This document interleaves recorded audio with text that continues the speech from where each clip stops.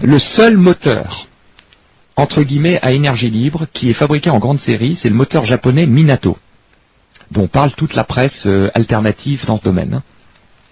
Le moteur Minato, c'est un moteur qui a été produit d'abord à plus de 10 000 exemplaires pour des applications industrielles, et qui maintenant a une commande de 140 000 exemplaires pour la plus grande chaîne de supermarchés japonaise, pour ses climatiseurs.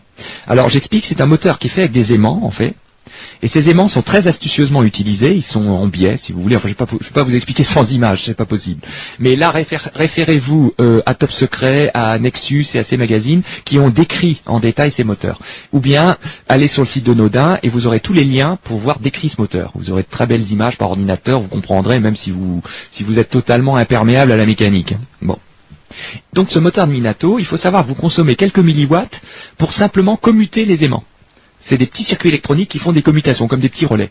Donc c'est la seule énergie qu'ils consomment, parce que c'est les aimants qu'ils font tourner en permanence. Alors c'est fabuleux, parce qu'en fait, ils consomment rien, quoi, quasiment. Et ces moteurs, en fait, peuvent atteindre de hautes puissances. Minato a dit lui-même qu'on pourrait imaginer des moteurs de 100 ou 200 chevaux. Peut-être pas de 1000 ou 10 000 chevaux, parce que là, il faudrait des super aimants, là, ça commencerait à être très cher. Mais, par exemple, des puissances entre 20 et 100 chevaux sont tout à fait réalistes. Pour le moment, ils font quelques chevaux parce que c'est pour des ventilateurs, des climatiseurs, vous voyez.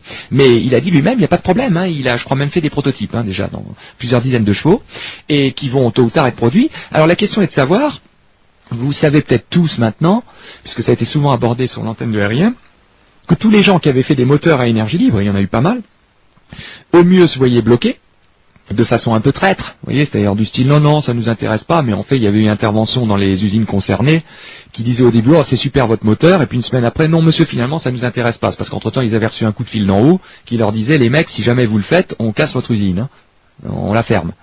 Et soit c'était carrément que les types étaient mis en tôle, on leur trouve toujours un dossier fiscal inventé ou n'importe quoi, soit quand ils peuvent plus, exemple Searle, qui a fait à la fois de l'énergie libre et de l'antigravité, il a fait les deux. Searle, c'est carrément des militaires qui arrivent chez lui et qui foutent le feu à sa maison. Et lui qui est mis en prison, vous voyez que ça peut aller très loin. Ça, c'est ce qu'on voyait depuis un siècle, enfin un peu moins, depuis les années 20, quoi. Depuis que des inventeurs voulaient produire en série des trucs à énergie libre. Et maintenant, je dirais que c'est toujours bloqué aux États-Unis, c'est toujours bloqué en Europe. Alors pourquoi ça se débloque au Japon? Parce que M. Minato n'a jamais eu de problème.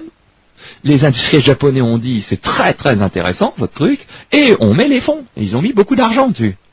Pour produire 140 000 moteurs, ça veut dire déjà que vous faites une grosse usine pour les produire. Surtout que c'est des moteurs de haute précision, c'est-à-dire que c'est pas des petits trucs vulgaires, c'est des moteurs qui sont comparables en qualité aux meilleurs moteurs électriques industriels de haute précision. Donc c'est de la grosse industrie, si vous voulez, précise. Et alors ce qui est très intéressant, c'est que moi j'aurais une hypothèse de réponse. Elle vaut ce qu'elle vaut, c'est une hypothèse. Alors là, il n'y a pas de Jean-Marc Roder faisant de la physique ou autre qui compte. Ça, c'est comme vous ou moi. On va faire une hypothèse. Elle est peut-être complètement débile, ou peut-être qu'elle est très juste. C'est que je remarque qu'il se trouve que dans le système bancaire mondial, le seul pays dont les banques ne sont pas dépendantes des 4 grandes banques qui contrôlent toutes les banques, c'est le Japon. Ça me paraît un indice et une piste intéressante, ça, non? Ça veut dire que les banques japonaises, quand elles financent un industriel, n'ont pas de compte à rendre aux 4 banques qui contrôlent toutes les autres banques dans le monde. Ça pourrait être une piste, non? Elle n'est pas plus idiote qu'une autre. Ça peut en être une. Vous êtes à l'écoute de Radio Ici et Maintenant, 95.2, notre invité est